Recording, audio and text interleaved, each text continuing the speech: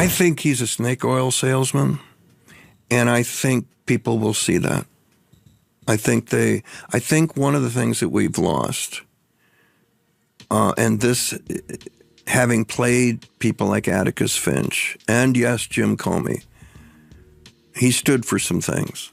Even McAvoy in Newsroom certainly did. We've lost decency. We've lost civility. We've lost respect for the rule of law. Lost it. We have normalized verbal abuse on the internet. We've normalized bullying, much as the woke generation tried to, change that. It's back. And out the window goes character, integrity. I mean, nobody has great things to say about politicians. They never have. Go back to Mark Twain. But ideally, we're supposed to elect the best of us, not the worst of us.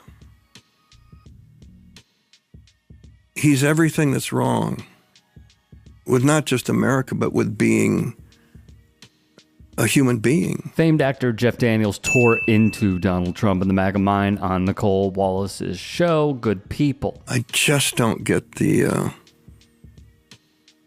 Christian right. And I've read a lot of people who do, and they explain it a lot better, but it's beyond me. But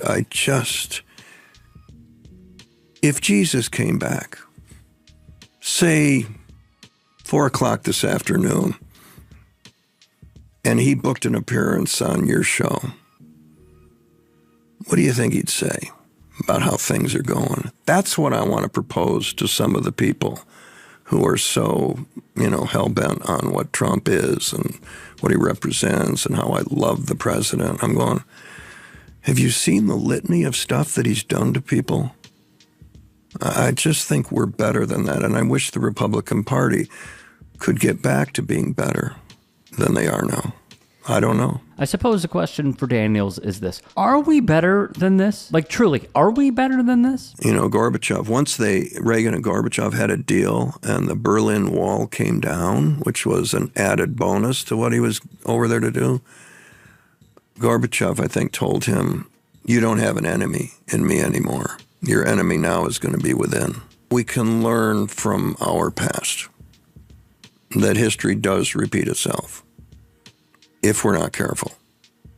And I think in regards to Reagan, there was a way that we dealt with a country, certainly a leader of a country, who was hell-bent on being at least our opponent and maybe eliminating us. In today's world, it just feels like Putin wants to infiltrate the United States and, that Trump is, like his puppet or something. And that's not what Reagan was with Gorbachev. He was strong. He was strong, and he was, in his way, patriotic. Mm-hmm. In a way that word just gets thrown around, and it's taken on a political connotation. It was patriotic if you agree with what we're doing on the right. Right. And there was more of a universal thing. That's the thing that Reagan had, that Atticus Finch had.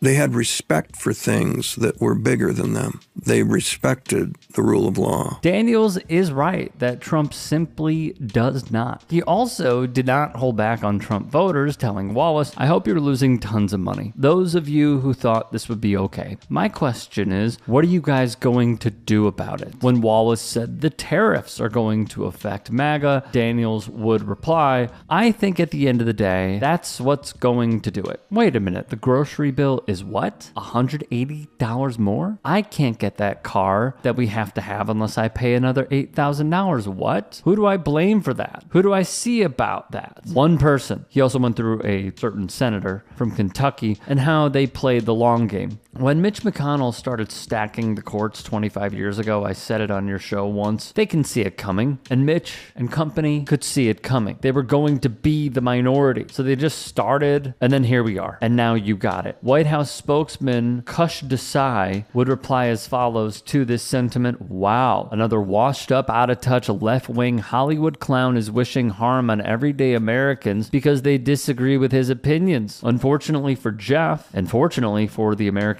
people, under President Trump, bond and stock markets are rallying. Joe Biden's inflation crisis is over and real wages are rising. So par for the course, going with the old washed up actor sort of thing is not relevant in the slightest. Everyone knows who this man is, and on top of that, his career has been budding. So it is not true. But one thing that I want to go back to is when he did say, we've lost civility, we've lost respect for the rule of law. Fascists have lost respect for the rule of law. Rather, they've never had respect for it. That is what this regime is. It is authoritarian to a T. They don't respect the rule of law by showing time and time again that they want to undermine judges. They're almost, well, he has, Donald Trump, threatened judges in the past because they have gone against him in their rulings, deeming something, for example, unconstitutional or an overreach of the federal government and the Trump administration. So the judges are that key moment, those key players of blocking what the regime wants to do, even though they've shown that they have a great disdain for those who do. Even Trump appointed judges and Reagan appointed judges and Bush appointed judges. Do you know how far right you have to go for those three presidents to appoint a judge, and for that said judge to say, yeah, you're going too far? You have to be doing something incredibly effed up, but that is what they're doing. And on another point, when Daniel says that he just doesn't understand the Christian right, a great interview that everyone should go take a look at as it pertains to the Christian right is an interview I did on my independent show, The Rick Strom Show, with Kristen Kobes-Dumais, who is an author and a professor who discusses the extreme right and this intersection of politics and religion, specifically amongst the evangelical base. It was an eye-opening interview. So after reading her book, Jesus and John Wayne, which everyone should go get, and conducting that interview, I'm not surprised at all.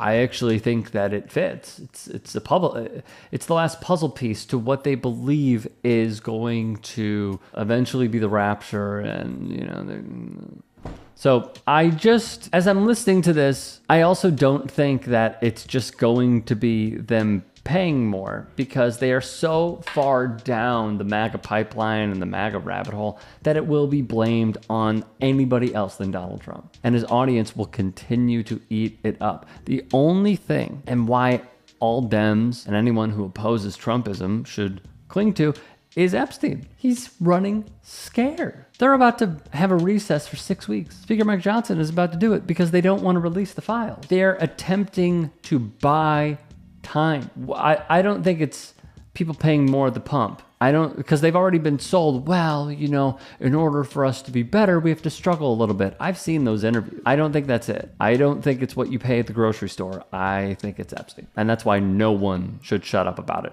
Not just because probably Trump is in it, according to this Wall Street Journal piece that came out today, which, by the way, owned by Rupert Murdoch, but also because I would like to know if we have peds in our Congress or anyone who was in our Congress, because they should be nowhere near it. Hey, I appreciate you watching. Now, if you can, please do become a channel member by going to youtube.com/TYT Sports and clicking the join button. If that's too much for you, you can just go to tyt.com/join to become a member. It helps all of us out here at the Young Turks and keeps our network afloat. In addition, you could follow me on my socials on Twitter, Instagram, and TikTok. Appreciate the love. Have a great day.